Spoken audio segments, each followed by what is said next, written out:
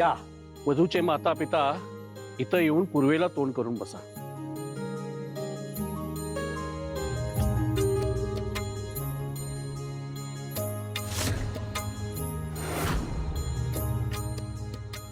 पूर्व दिशा ही नव्या आरंभाची दिशा असते. आता आपण देवक बसवण्याच्या विधीला सुरुवात करूया.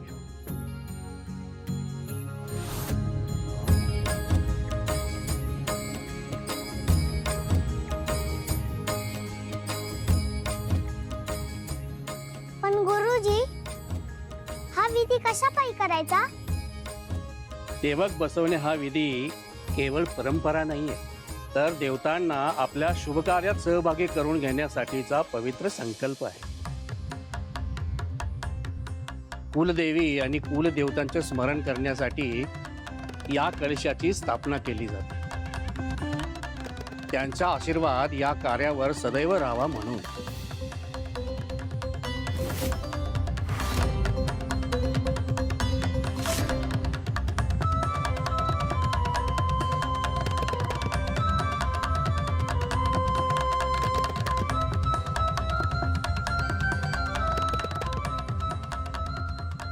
स्वामी, माझ्यासाठी ईश्वरही आपणच, पतीही आपणच, सखाही आपणच.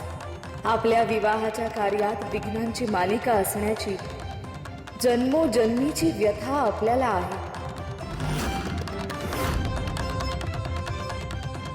तरी या जन्मीचा हा विवाह यापुढे तरी निर्विघ्नपणे पार पडावा, असा आशीर्वाद तुम्हीच आपल्या नात्याला द्यावा. पाणी हवंय, त्याशिवाय हा डोंगर चढणं माझ्याच्याने शक्यच नाही होणार. देवी, मला काहीतरी मार्ग दाखवा.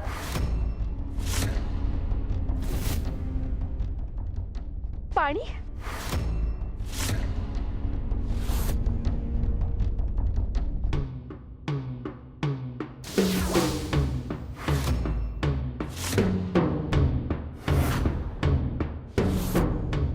आता हे काय होतंय? ही कुठली नवीन परीक्षा आहे?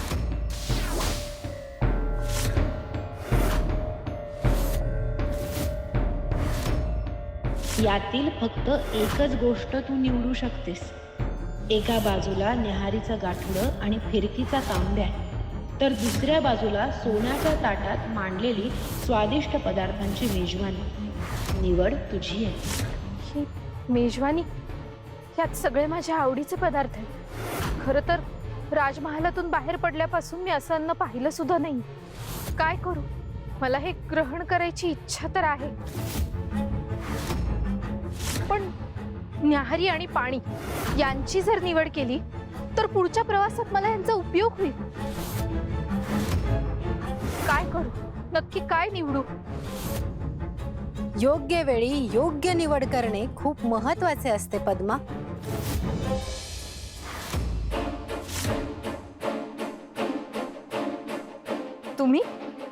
तुमच्याकडे याची सुद्धा गोष्ट आहे का? अर्थात, प्रत्येकाची एक गोष्ट असते. इथे सुद्धा एक गोष्ट दडलेली आहे. कुठली गोष्ट?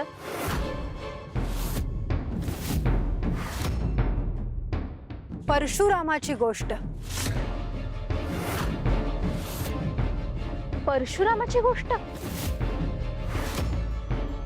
परंतु त्याने तर स्वतःच्या पित्याच्या आज्ञेवरून स्वतःच्याच मातेचा म्हणजेच रेणुकेचा शिरच्छेद केला होता. गोष्टींचे अनेक पैलू असतात. आपण आपल्या स्वार्थानुसार आपल्याला हवी ती गोष्ट निवडतो, त्यातून बोध घेतो. पण गोष्ट तिथे थांबत नाही. ती नदीसारखी प्रवाही असते, न संपणारी. याचा अर्थ रेणुकेची गोष्ट संपली नाहीये. मग आपण कृपा करून मला पुढील गोष्ट सांगा. एका स्त्रीचा अपमान, एका पुत्राचा पश्चाताप आणि एका स्त्रीच्या शक्तीचा उदय, या तिन्ही गोष्टींनी मिळून घडवलं एक असं रहस्य ज्यामुळे ही अखंड सृष्टी हदरली होती. कोणतं रहस्य?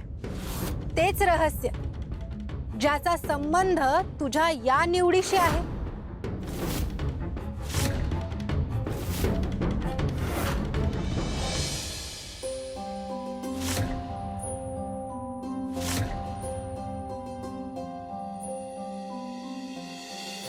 या 27 सुपाऱ्या म्हणजे मातृक देवांचं प्रतीक आहे.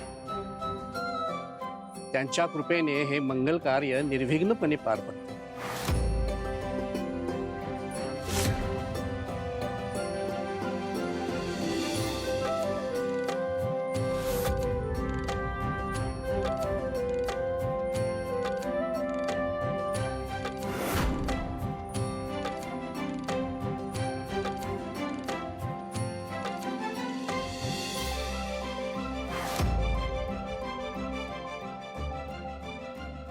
देवतांची स्थापना गहू आणि तांदूळ पसरून त्याच्यावरती केली जाते, कारण समृद्धी आणि स्थैर्याचा आशीर्वाद या कार्याला लाभावा.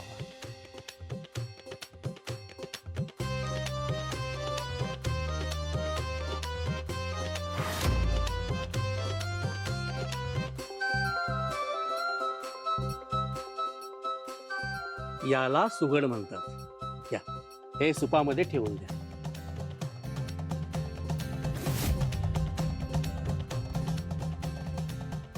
मातीच्या या घड्यामागे मोठा अर्थ दडलेला आहे,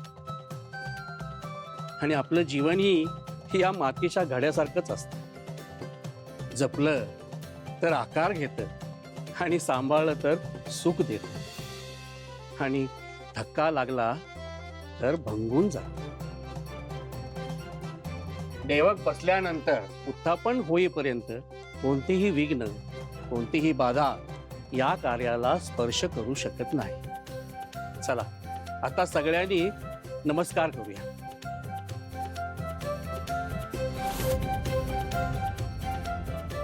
हर हर हर हर महादेव. हर हर महादेव.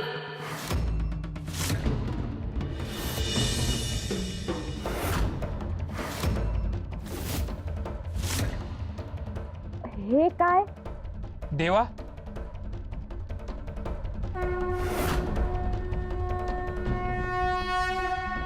असं वाटतंय तुम्ही ज्या देवांचा आशीर्वाद मागितला होता तो स्वतः लाभला आहे. साक्षात देवानं या देवकाला उपस्थिती दाखवून आशीर्वाद दिला. माझेही अनेक जन्म आज धन्य झाले देवी.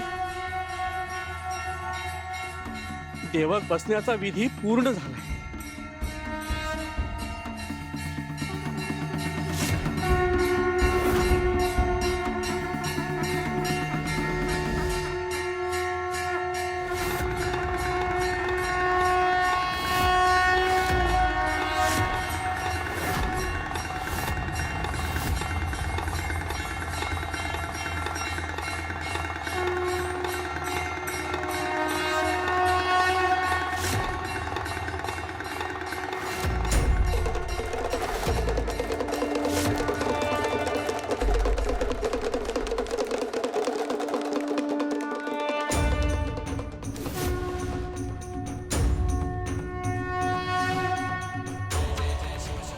अखंड श्रद्धा, निस्वार्थ प्रेम आणि मनापासून घातलेली साथ आमच्यापर्यंत पोहोचते. देवी, तुमच्या या मंगल कार्यात आमचा आशीर्वाद सदैव तुमच्या पाठीशी आहे.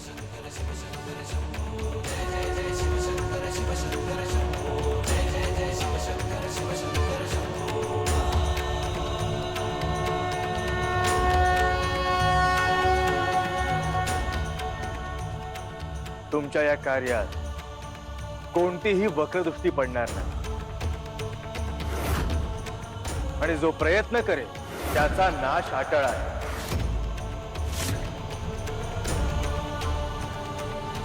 स्वतः श्री महादेवांचा आशीर्वाद लाभल्यावर तर या तुळजाच्या उत्साहाला आणखी ऊत येईल. नाही, पण असं होऊन चालणार नाही. असुर नरेश महिषासुरांची योजना ही यशस्वी व्हायलाच हवी, आणि तीही लगेचच.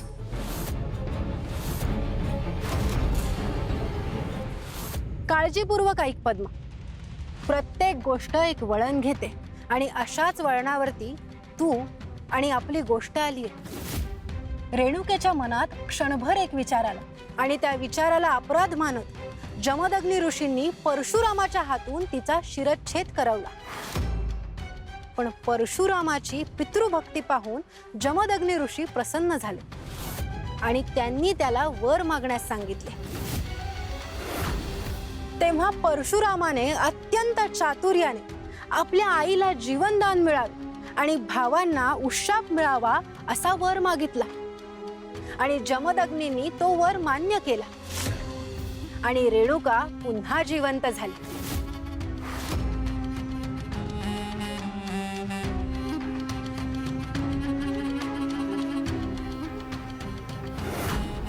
ही कथा एक गोष्ट शिकवते पद्मा. परशुरामाने फक्त पित्याची आज्ञा पाळली नाही तर पुढचा पण विचार केला. आधी पित्याच्या शब्दाचा मान राखला आणि योग्य वेळ येताच आपल्या मातेला पुन्हा जीवदान मिळेल अशी दूरदृष्टी ठेवली. निर्णय घेताना हीच दूरदृष्टी माणसाला वाचवते. जो फक्त आजचा विचार करतो त्याला फक्त क्षणिक सुख मिळतं, पण जो उद्याचाही विचार करून निर्णय घेतो तो भविष्यात स्थिर आणि आनंदी राहतो.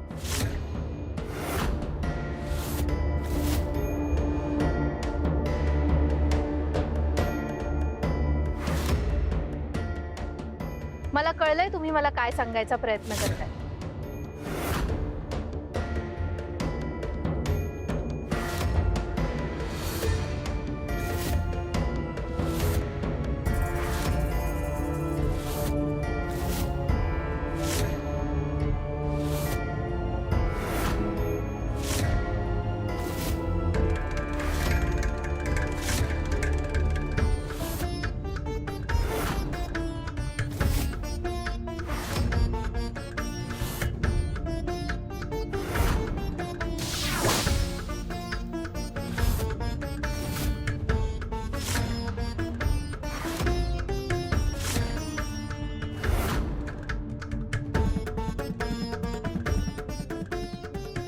जर मी त्या मेजवानीची निवड केली असती तर मला तात्पुरती तृप्ती मिळाली असती, परंतु त्याने माझं शरीर जड झालं असतं आणि माझ्या पुढच्या प्रवासात अडथळा आला असता. परंतु ही न्याहारी आणि हे पाणी याचा मला माझ्या पुढील प्रवासात उपयोगच होईल. बालिके, आता तुला कळालंय तुला काय करायचंय ते. लवकरच तू त्या देवींना भेटशील आणि या प्रवासाचा खरा अर्थ तुला कळेल. तोपर्यंत संयम ठेव, कारण सगळंच सगळ्यांना कळलं तर प्रवासाची गंमत आणि जगण्याची किंमत कशी कळेल? बरोबर बरोबर.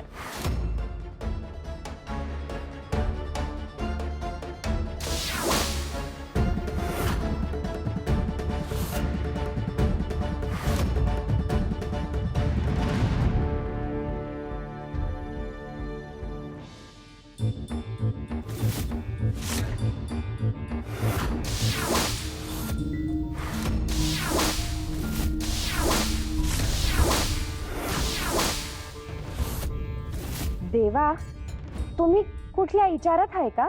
नाही म्हणजे तुमचं लक्ष नाही ना म्हणून विचारलं. नाही, काही नाही.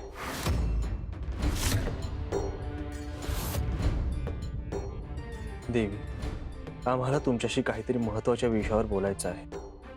काय झालं स्वामी? वधूवरांना असं बोलायचं नाही. लगीन झाल्यावर तुमच्या संगच राहणार आहे ती, तेव्हा बोला की.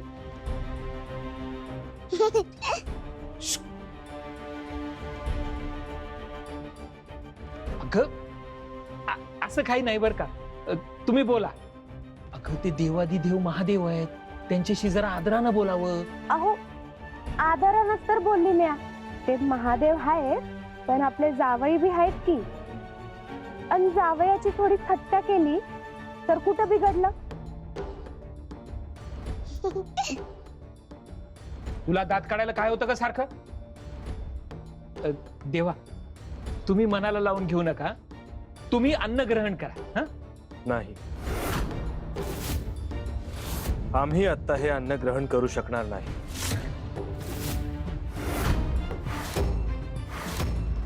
देवा, आमच्याकडून काही चूक घडली का? होय, जे काही घडतंय ते चुकीचंच घडतंय जनक बाबा.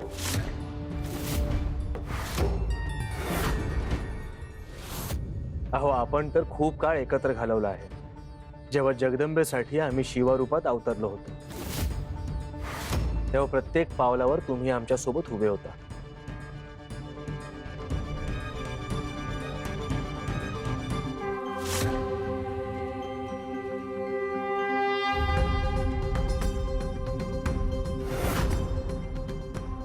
शिवा, तू नेमका कोण आहे?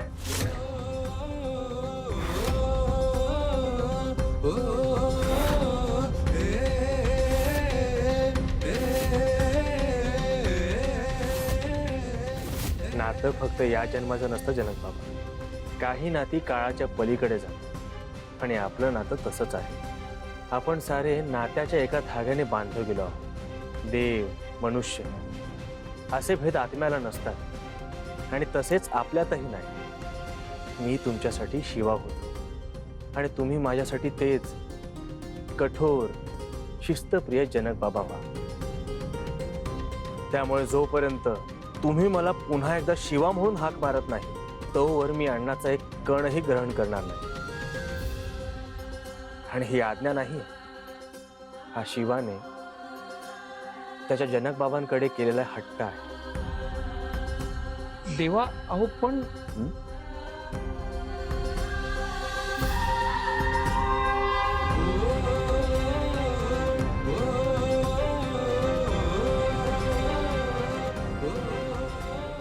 शिवा,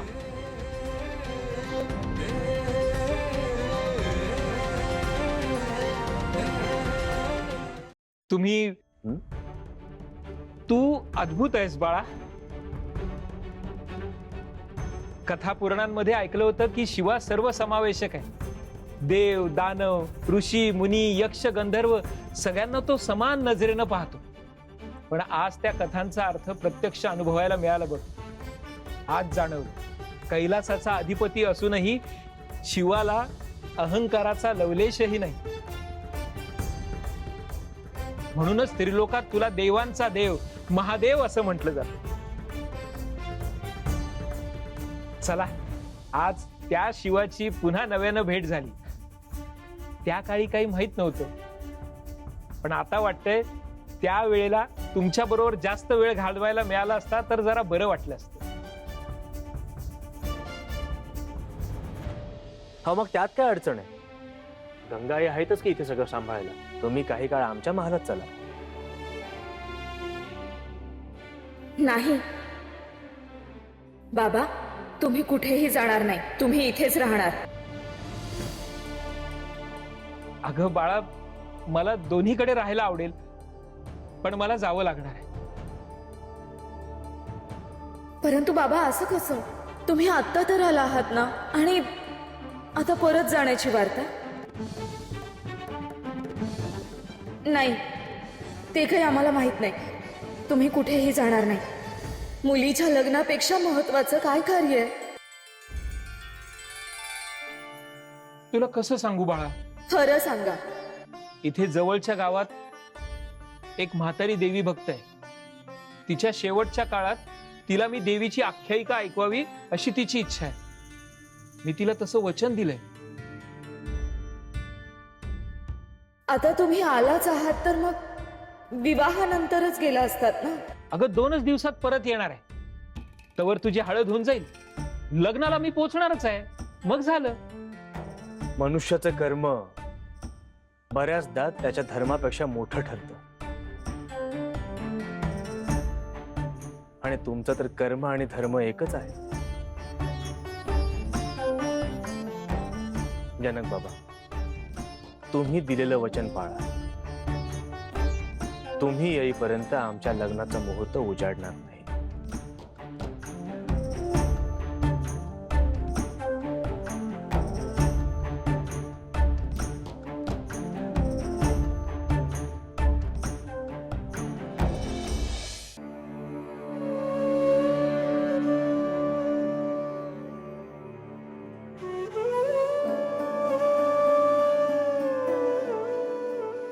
तुझ्यासाठी जे चांगलं असेल ते तुला मिळू.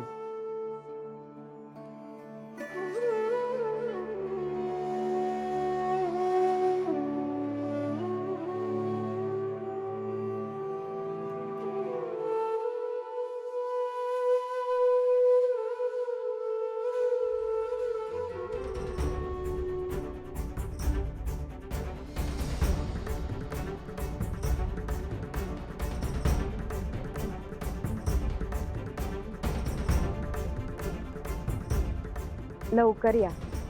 अगदी लग्नाच्या घडीला पोहोचू नका. वय येतो हा बाळा.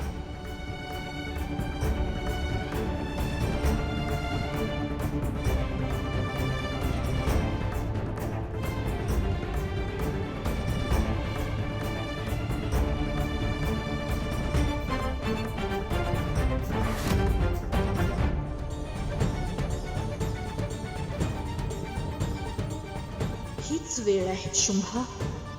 हे सगळे भाऊक झाले तोवर आम्ही असुर नरेशांना भेटून येतो. आता हळद हा एकच विधी उरलाय, तेव्हा काहीही करून अखेरचा जालिम डाव टाकायलाच हवा.